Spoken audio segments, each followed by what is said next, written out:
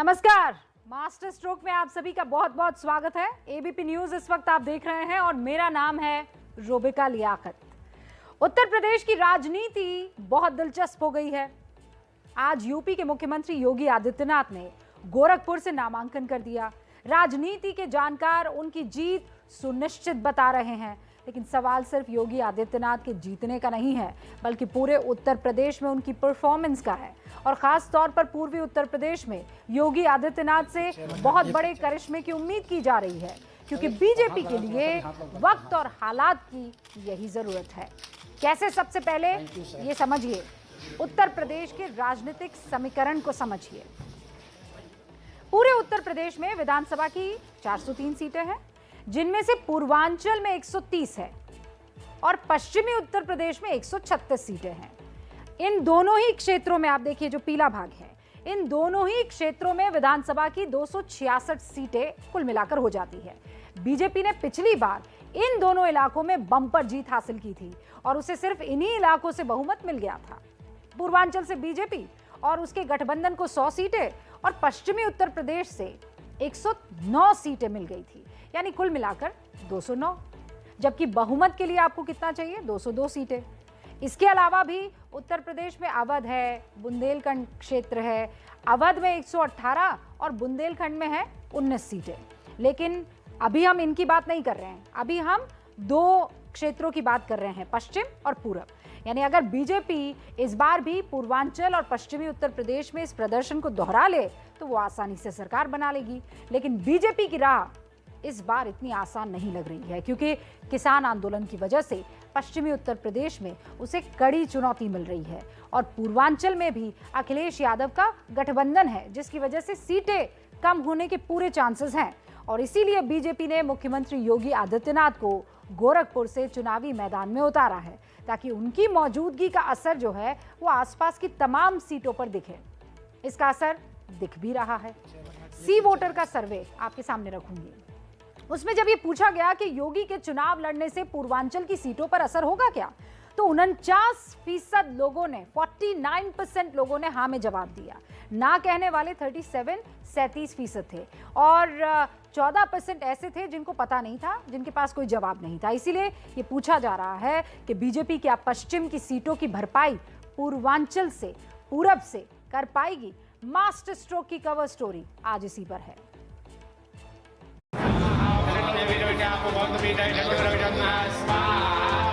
नामांकन से पहले यूपी के सीएम योगी आदित्यनाथ ने आज सुबह सुबह गोरखनाथ मंदिर में पूजा की।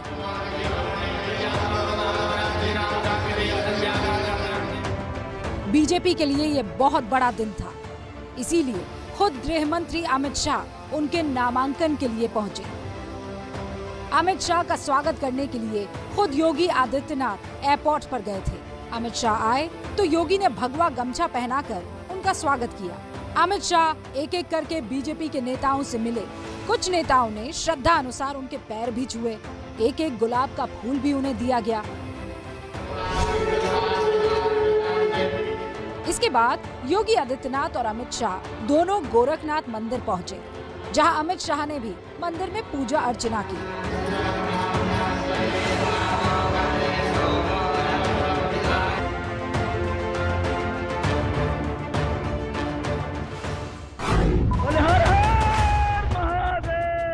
इसके बाद दोनों की एक संयुक्त रैली भी हुई, जिसमें अयोध्या के हनुमानगढ़ी के महंत प्रसाद लेकर पहुंचे थे। अयोध्या से भी उनके चुनाव लड़ने की चर्चा थी, ऐसा हो तो नहीं पाया, लेकिन अयोध्या से प्रसाद आया है। अयोध्या से हनुमानगढ़ी के जो महंत हैं राजू दास भी यहाँ पर आए हुए हैं। अयोध्या के साधु संतों ने योगी जी को स्वागत किया और नामांकन में हम लोग आए हैं। बाबा का चलेला बुलडोजर, तो गुंडा माफिया मवाली जो भागते हैं, जेल से बाहर निकलने से घबराते हैं और अब गलत कार्य करने से डरते हैं। इसके नाते हम लोग योगी जी के साथ हैं। नामांकन से पहले रैली को संबोधित करने के लिए अमित शाह और योगी आदित्यनाथ आए। अमित शाह ने 300 पार का नारा दिया और यूपी के माफियाओं के नाम लेकर दावा किया कि उनके मुख्यमंत्री ने यूपी को माफिया मुक्त किया है। आजम खान अतीक अहमद, मुख्तार अंसारी, ये सारे भारतीय जनता पार्टी के शासन में, योगी जी के शासन में जेल की सलाखों के पीछे। कोई संभावना नहीं है अखिलेश बाबू, कोई संभावना नहीं है। उत्तर प्रदेश की जनता बहुत सालों के बाद इनके आतंक से बाहर आ गई। जो उत्तर प्रदेश और विशेषकर पूर्वांचल और पश्चिमी उत्तर प्रदेश जो माफियाओं के लिए जाना जाता था, आज मैं भारतीय जनता पार्टी के कार्यकर्ता के नाते, देश के गृह मंत्री के नाते गर्व से कहता हूं, योगी आदित्यनाथ ने उत्तर प्रदेश को माफियाओं से मुक्त कराने का काम किया। उत्तर प्रदेश में माफिया तीन ही जगह दिखाई पड़ता है, या तो वो जेल में है, या तो वो उत्तर प्रदेश के बाहर चला गया है, या तो सपा की विधानसभा सदस्यों की सूची में दिखाई पड़ता है। योगी आदित्यनाथ ने भी दोहराया, गठबंधन 2019 में कुछ नहीं बिगाड़ पाया था, इस बार भी कुछ नहीं होगा। जब उत्तर प्रदेश के अंदर एक महागठबंधन बना था और तब भी माननीय अमित शाह जी कहते थे कि उत्तर प्रदेश में भारतीय जनता पार्टी 64 से 65 सीट से कम नहीं जीतेगी। और भाइयों बहनों, 2019 के लोकसभा चुनाव में भी भारतीय जनता पार्टी ने भारी सफलता प्राप्त करके 64 सीटें अपने सहयोगियों के साथ जीत करके महागठबंधन को पूरी तरह फेल कर दिया था। इस रैली के बाद योगी आदित्यनाथ नामांकन करने के लिए पहुंचे। अंदर सिर्फ अमित शाह, योगी आदित्यनाथ और उनके प्रस्तावक गए। अधिकारियों ने पर्चे दिए, योगी ने हस्ताक्षर किए और फिर अधिकारियों ने कागजों की जांच की। थोड़ी देर बाद नामांकन हो गया। Thank you sir. इसके बाद योगी बाहर आए और अपने प्रस्तावक को अमित शाह से मिलवाया।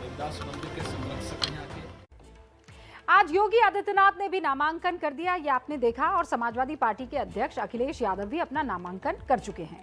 यानी एक मौजूदा मुख्यमंत्री और दूसरे पूर्व मुख्यमंत्री, दोनों मुख्यमंत्रियों की संपत्तियों की जानकारी अब अपने पास है, जिसे जानने के लिए आपकी दिलचस्पी जरूर होगी। आप जानना चाहेंगे कि किसके पास कितनी रकम है। योगी आदित्यनाथ के पास, बता दूं आपको, कुल 1,54,00,000 रुपए की संपत्ति है, जबकि अखिलेश यादव के पास कुल 40 करोड़ रुपए की संपत्ति है। योगी आदित्यनाथ के पास चल संपत्ति यानी रुपया, पैसा, जेवर सब कुछ मिलाकर 1,54,00,000 रुपए के हैं, जबकि अखिलेश यादव, उनकी पत्नी और बेटी के नाम पर कुल चल संपत्ति 13,30,00,000 रुपए की है। योगी आदित्यनाथ के पास अचल संपत्ति यानी घर, जमीन वगैरह कुछ भी नहीं है, जबकि अखिलेश यादव और उनकी पत्नी के पास 26,83,00,000 रुपए की अचल संपत्ति है, इमूवेबल। योगी आदित्यनाथ और अखिलेश यादव दोनों के ऊपर कोई भी केस नहीं है, लेकिन सवाल यह है कि क्या पश्चिम में हुए नुकसान की भरपाई बीजेपी पूर्वांचल से कर पाएगी? ये बहुत महत्वपूर्ण सवाल है और इसका जवाब सिर्फ उत्तर प्रदेश की जनता जानती है, खासकर पूरब और पश्चिम वाली।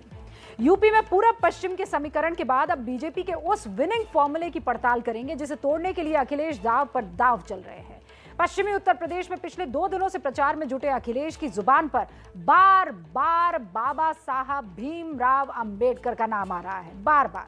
जबकि यूपी में अंबेडकर के नाम की राजनीति कौन करता है? चेहरा कौन है? मायावती। अखिलेश 2019 में मायावती के साथ गठबंधन करके एक बुरी हार का सामना कर चुके हैं। सवाल ये उठता है कि अखिलेश अंबेडकर के नाम पर कौन सी राजनीति को परवान चढ़ाने की कोशिश कर रहे हैं, और वो क्या अपना कोई नया समीकरण फिट करने की कोशिश कर रहे हैं? दुश्मन का समीकरण बिगाड़ने की या फिर कोशिश हो रही है? इसी की पड़ताल अब मास्टर स्ट्रोक की इस रिपोर्ट में आपको मिलेगी। अखिलेश यादव का विजय रथ अब पश्चिम उत्तर प्रदेश की सड़कों को नाप रहा है। उनके साथ है आरएलडी के सर्वे सर्वा जयंत चौधरी। सीधा मुकाबला बीजेपी से है, इसीलिए निशाने पर सीएम योगी है।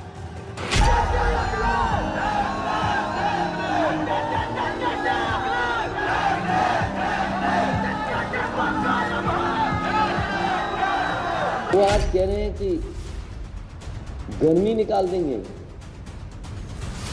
क्या हमारे मुख्यमंत्री जी कंप्रेसर है जो गर्मी निकाल देंगे?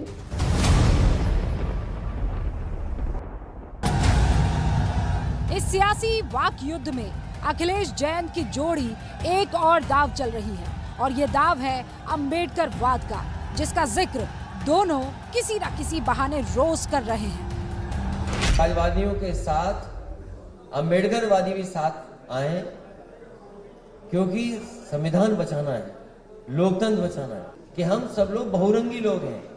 लाल रंग हमारे साथ, हरा रंग साथ, सफेद, नीला, तो हम चाहते हैं कि अंबेडकरवादी भी साथ आए और इस लड़ाई को और मजबूत करें। बाबा साहब की इस धरती पर मैं ये भी कहना चाहूंगा कि जो हमने गठबंधन बनाया है उसके पीछे एक सामाजिक समीकरण है। लोकतांत्रिक मूल्यों और सिद्धांतों को बचाए रखने के लिए यही गठबंधन आज उत्तर प्रदेश के मतदाताओं के लिए एकमात्र विकल्प है। अंबेडकरवादियों को निमंत्रण देने के महज 24 घंटे बाद अखिलेश ने फिर संविधान का जिक्र करते हुए बाबा साहेब अंबेडकर को याद किया। वार बीजेपी पर किया, लेकिन निशाने पर अंबेडकरवादी थे। बीजेपी भी अखिलेश के इस दाव को अच्छी तरह समझ रही है। बाबा साहब भीमराव अंबेडकर जी ने जो संविधान दिया, जिससे देश चलना है, ये चुनाव लोकतंत्र के साथ साथ संविधान बचाने का भी चुनाव है। हमारा गठबंधन बहुरंगी है। ये एक रंगी लोग बाबा साहब का दिया हुआ संविधान, उसको भी खत्म करना चाहते हैं। आज आदरणीय अखिलेश यादव जी को अंबेडकर कहां से याद आ गए? जिस पार्टी का समीकरण मुस्लिम और यादव ही रहा हो, कभी अनुसूचित वर्ग की तरफ उन्होंने ध्यान ही ना दिया हो, उनकी सरकार के कार्यकाल में अनुसूचित वर्ग पर हुए अत्याचारों पर कार्रवाई ना हुई हो, आज उनको डॉक्टर अंबेडकर याद आ रहे हैं, आज उनको अनुसूचित वर्ग याद आ रहा है। अरे क्यों जनता को धोखा देना चाहते हो माननीय अखिलेश जी? यूपी में बाबा साहब अंबेडकर की राजनीति का सबसे बड़ा चेहरा मायावती है, जिनके सियासी वजूद की नींव एससी वोटर पर टिकी है। अखिलेश बार बार अंबेडकरवादियों को पीली चिट्ठी देकर उन्हें समाजवादी खेमे में खींचने की कोशिश कर रहे हैं।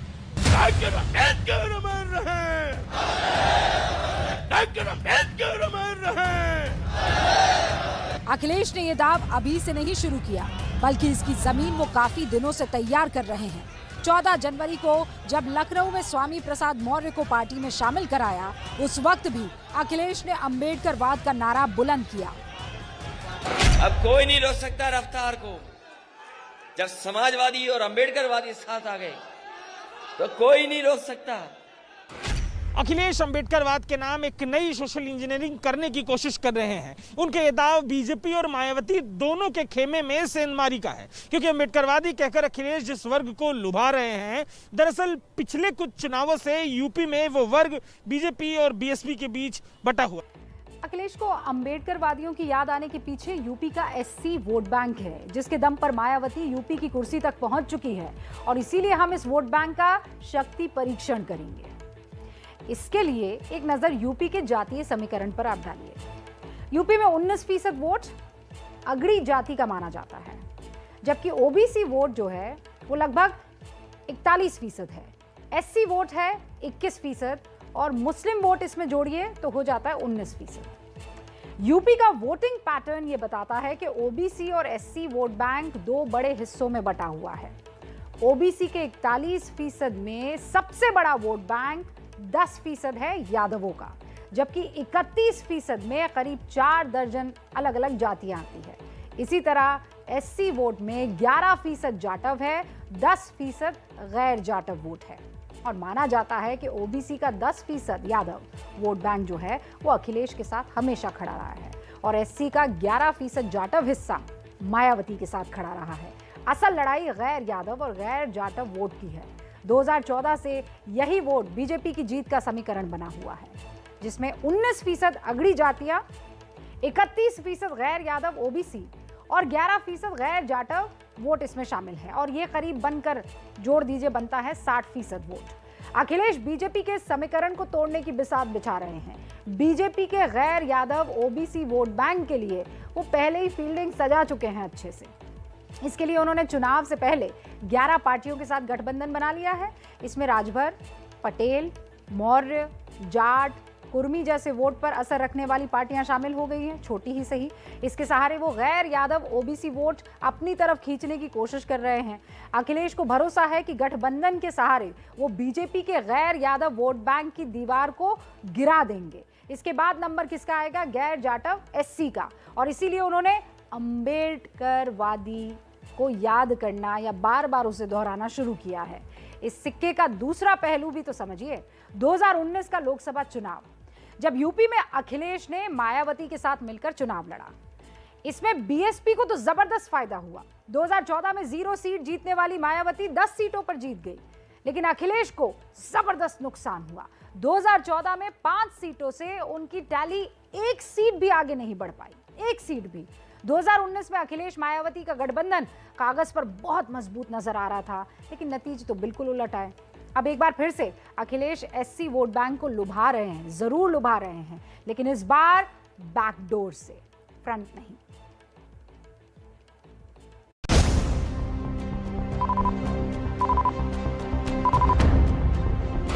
पंजाब में चुनाव है और मुख्यमंत्री चरणजीत सिंह चन्नी का एक पैर प्रचार में है और दूसरा माता के दरबार में, क्योंकि चन्नी पर बोझ का अंबार है। एक तरफ चुनाव में प्रदर्शन का दबाव है, तो दूसरी ओर सीएम की कुर्सी की रेस। इन सब के बीच भतीजे भूपिंदर हनी की गिरफ्तारी ने उनकी मुश्किलों को और बढ़ा दिया है। थोड़ा जल्दी आप पहुंच गए पंजाब। ये जो उत्तर प्रदेश की राजनीति है, इसके समीकरण आप अच्छे से समझ गए हैं, लेकिन पंजाब की राजनीति के समीकरण इससे बिल्कुल अलग है। और इसीलिए अब ये रिपोर्ट आपको देखनी जरूरी है, जहां इस वक्त मुख्यमंत्री चरणजीत सिंह चन्नी, उनके भतीजे की गिरफ्तारी पर गदर छिड़ा हुआ है। चन्नी के भतीजे भूपिंदर सिंह हनी को आज 8 फरवरी तक ईडी की रिमांड पर भेज दिया गया है। मामला अवैध खनन, मनी लॉन्ड्रिंग से जुड़ा है और वक्त चुनाव का है, इसीलिए विपक्ष ने चन्नी के खिलाफ मोर्चा खोल दिया है। हालांकि पार्टी अभी चन्नी के साथ खड़ी हुई नजर आ रही है। मुद्दा उस वक्त उछला जब चन्नी और नवजोत सिंह सिद्धू के बीच कुर्सी की रेस जो चल रही थी, उसमें कांग्रेस आला कमान विनर का ऐलान करने वाला है। अब भतीजे की गिरफ्तारी से उनकी दावेदारी पर असर क्या हो सकता है? इससे पंजाब के चुनाव की हवा कितनी बदल सकती है? इसी रिपोर्ट में आप देखेंगे। मेरे सहयोगी जगविंदर पटियाल और ओम प्रकाश तिवारी ने आपके लिए तैयार की है।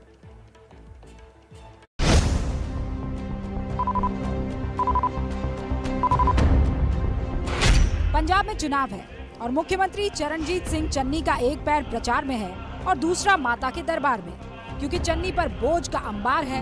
एक तरफ चुनाव में प्रदर्शन का दबाव है, तो दूसरी ओर सीएम की कुर्सी की रेस। इन सब के बीच भतीजे भूपिंदर हनी की गिरफ्तारी ने उनकी मुश्किलों को और बढ़ा दिया है। उन्होंने 111 दिन में कमाल करके दिखा दिया। लोगों को 4-4, 5-5 साल लगते हैं करप्शन करने में, और फिर उन्होंने 111 दिन के अंदर ही इतना कमाल करके दिखा दिया। इतना करप्शन किया है। बहुत अनफॉर्चुनेट है, लोग देख रहे हैं। 3 लोगों की कहानी है ये, चन्नी, हनी और मनी। मनी पहले पकड़ा गया, अब हनी पकड़ा गया, अब चन्नी की बारी है। हमले चौतरफा हो रहे हैं, लेकिन चन्नी के लिए राहत की बात यह है कि पार्टी की टॉप लीडरशिप उनके साथ मजबूती से खड़ी है। मैंने बहुत बार कहा है कि ये जो एजेंसीज हैं, इनका एक मिनट बात कर रही हूँ मैं उनसे, इनका दुरुपयोग हो रहा है। सरकार इनको इस्तेमाल करती है लोगों को धमकाने के लिए, तो ये कम से कम चुनाव के वक्त बिल्कुल अलाउड नहीं होना। पार्टी का साथ है, चुनाव का वक्त है, इसीलिए चन्नी नहीं चाहते कि इस मुद्दे को हवा दी जाए, इसीलिए वो जुबान खोलने से बच रहे हैं। लेकिन पंजाब में सीएम की रेस में शामिल चेहरे इस मुद्दे को कुर्सी का शॉर्टकट मान रहे हैं। कैप्टन साहब ने एक बार कंफर्म कर दिया था कि चन्नी साहब का नाम रेता चोरी में था, लेकिन क्योंकि कांग्रेस की लाज बचानी थी, इज्जत बचानी थी, मैंने कुछ किया नहीं। आज जो भतीजा अंदर है ते भतीजे ने कहा जेडी मैनू पता लगे कि पैसा चाहिए, मैं कह चुकी हूं कि कानून अपना काम करे, सारों कोई इतराज नहीं। चन्नी के भतीजे भूपिंदर सिंह हनी को अवैध खनन मामले से जुड़े मनी लॉन्ड्रिंग के केस में गिरफ्तार किया गया है। दरअसल 18 जनवरी को ईडी ने अवैध बालू खनन मामले में हनी के ठिकाने पर रेड की थी। छापे में 10 करोड़ रुपए बरामद हुए। ईडी ने हनी से पैसे के सोर्स की जानकारी मांगी। जवाब न मिलने पर हनी को ईडी ने गिरफ्तार कर लिया। बाद में अदालत ने उसे 8 फरवरी तक ईडी की रिमांड पर भेज दिया है। चुनाव के वक्त भतीजे की गिरफ्तारी से चन्नी की एक और मुश्किल बढ़ गई है। दरअसल 6 फरवरी को पंजाब में कांग्रेस मुख्यमंत्री के चेहरे का ऐलान करने जा रही है। इस रेस में चन्नी सिद्धू से आगे माने जा रहे हैं, लेकिन ऐलान से 2 दिन पहले भतीजे की गिरफ्तारी की वजह से चन्नी की दावेदारी पर असर पड़ने की संभावना से इनकार नहीं किया जा सकता। हालांकि ईडी की कार्रवाई के मामले में कांग्रेस पार्टी चन्नी के साथ खड़ी नजर आ रही। उन्हें Z कैटेगरी की सिक्योरिटी देने का आग्रह किया गया, लेकिन ओवैसी ने मना कर दिया, ठुकरा दिया। अब सोमवार को केंद्रीय गृह मंत्री अमित शाह पर नजर रहने वाली है, क्योंकि संसद में ओवैसी पर हुए हमले का जवाब वो देने वाले हैं। आखिर ये कौन लोग हैं जो गोली पर भरोसा करते हैं, बैलेट पर नहीं करते? प्रदेश की जनता गोली चलाने वालों का जवाब बैलेट से देगी। अपने ऊपर हुए हमले के बाद सरकार की तरफ से दी जा रही Z कैटेगरी की सिक्योरिटी को AIMIM प्रमुख असदुद्दीन ओवैसी ने ठुकरा दिया। मैं Z कैटेगरी सिक्योरिटी नहीं चाहिए, मैं हरगिज नहीं चाहिए, मुझे Z कैटेगरी नहीं चाहिए, मैं रिजेक्ट करता हूं। आप इंसाफ करिए सर, उस पर UAPA लगाइए। और इनके दिमाग कौन है? सरकारी सुरक्षा तो ओवैसी ठुकरा चुके हैं, लेकिन अब वो जल्दी ही गृह मंत्री अमित शाह को इसे लेकर चिट्ठी लिखने वाले हैं। इसमें ओवैसी गृह मंत्री से अपने खर्चे पर बुलेट प्रूफ गाड़ी रखने की मांग करेंगे। इसके अलावा एक लाइसेंसी हथियार रखने की भी अनुमति मांगेंगे। ओवैसी पर हुए हमले पर केंद्र सरकार की तरफ से सदन को बताया गया कि सोमवार को खुद केंद्रीय गृह मंत्री अमित शाह इस पर लोकसभा में जवाब देंगे। पूरी गंभीरता से इस विषय के ऊपर कार्रवाई चल रही है। माननीय गृह मंत्री जी सोमवार को, आज वो दिल्ली में नहीं है, सोमवार को इस विषय में विस्तार से सदन को अवगत कराएंगे। अपने भाषण के बाद एबीपी न्यूज से खास बातचीत करते हुए ओवैसी ने कहा कि उन्हें उम्मीद है कि जब अमित शाह लोकसभा में बयान देंगे तो कट्टरवाद पर भी बोलेंगे। मैं उम्मीद करता हूं कि वो मेरे रेडिकलाइजेशन पॉइंट का नोट लेंगे और MHA के इंटरनल सिक्योरिटी के डिवीजन में वो दूसरे रिलीजन्स के मानने वालों के रेडिकलाइजेशन और उनके काउंटर रेडिकलाइजेशन का इंतजाम करेंगे। आपको बता दें कि ओवैसी पर गोली चलाने वाले दोनों आरोपी सचिन और शुभम को 14 दिन की न्यायिक हिरासत में भेज दिया गया है। हापुड़ के 86 टोल पर असदुद्दीन ओवैसी की कार पर गोली चलाने के दोनों आरोपियों सचिन और शुभम को 14 दिन की न्यायिक हिरासत में भेजा गया है। हापुड़ के एसपी दीपक भूकर ने ये जानकारी दी है और उन्होंने कहा है कि आज दोनों ही आरोपियों को CJM के सामने पेश किया, जहां से दोनों को न्यायिक हिरासत में भेज दिया गया है और पुलिस अब जल्द ही उनकी पुलिस रिमांड की भी मांग करेगी। दोनों आरोपी मेरठ से ही ओवैसी का पीछा कर रहे थे। छिजारसी टोल प्लाजा पर इन्हें मौका मिला, इसके बाद ओवैसी की गाड़ी पर इन्होंने गोली चला दी। हापुड़ पुलिस से जो हमारी बात हुई है उसके मुताबिक उन्होंने ये जानकारी दी है कि अब तक इन दोनों से हुई पूछताछ में यही खुलासा हुआ है कि ये लोग जो ओवैसी हैं उनकी जो स्पीच है उसको लेकर काफ़ी ज़्यादा गुस्से में थे, काफ़ी ज़्यादा खफा थे और इसी वजह से उन्होंने सांसद महोदय पर गोलीबारी की। आरोपी सचिन मौके से ही पकड़ा गया, जबकि शुभम कुछ देर बाद पुलिस के हत्थे चढ़ा। छिजारसी टोल पर यह वारदात गुरुवार शाम करीब 5:30 बजे हुई थी। बच्चे ने बोला फायरिंग हो रही है तो एकदम ध्यान गया, तो अब पीछे खड़े हुए थे, फिर वो एक लड़का उधर भाग गया, एक इधर, वो गाड़ी ऐसे घूमी और उन्होंने उसको टक्कर मारी और उसके बाद वो गाड़ी फिर भगा के ले गए। चूंकि यूपी चुनाव बेहद करीब है, इसीलिए ओवैसी पर हुए हमले पर राजनीति होना स्वाभाविक है। ये लोग तो दावा करते हैं कि अपराधी भाग गए, तो अगर अपराधी भाग गए तो ये हमला किसने किया? मैं भी इसके विरोध में इस घटना की निंदा करता हूं और जो भी दोषी हैं उन दोषियों को सख्त से सख्त सजा दी जाए। विपक्षी दल उत्तर प्रदेश की कानून व्यवस्था पर सवाल उठा रहे हैं। अब देखना यह है कि सोमवार को केंद्रीय गृह मंत्री अमित शाह इस पूरे मामले पर सदन में बयान क्या देते हैं। एबीपी न्यूज पर आप वो बयान जरूर सुनेंगे। 5:15 का वो वक्त है सोमवार को, जब सदन में गृह मंत्री जवाब देंगे। अब नजर चीन की राजधानी बीजिंग में होने वाले विंटर ओलंपिक्स पर।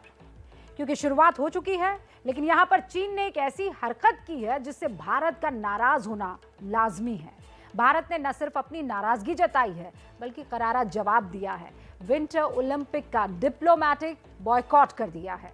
चीन को तगड़ा झटका लगा है, मान लीजिए, क्योंकि अमेरिका, ब्रिटेन सहित कई देशों के बाद अब भारत जैसे बड़े और ताकतवर देश ने भी उसका बहिष्कार कर दिया है। चीन की राजधानी बीजिंग में विंटर ओलंपिक्स की शुरुआत तो हुई, लेकिन इसमें भी भारत के साथ चालबाजी की कोशिश की गई। भारत ने इस चालबाजी का करारा जवाब दिया।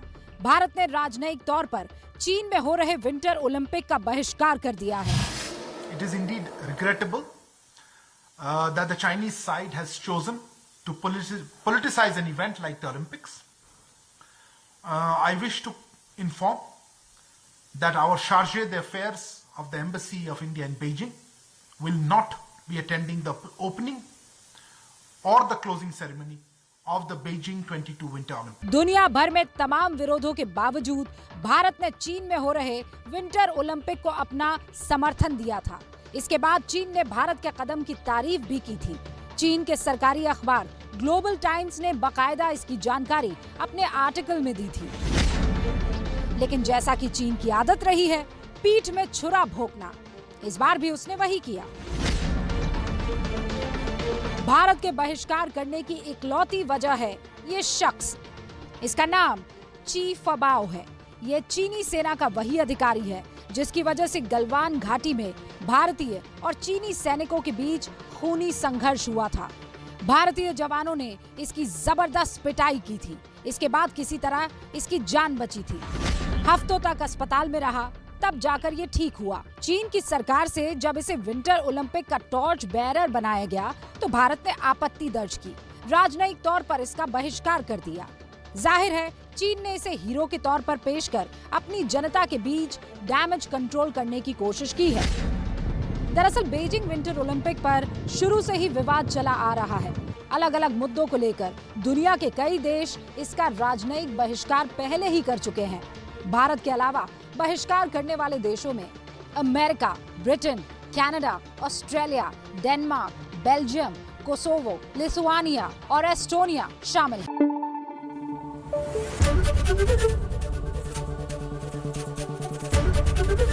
एबीपी न्यूज आपको रखे आगे।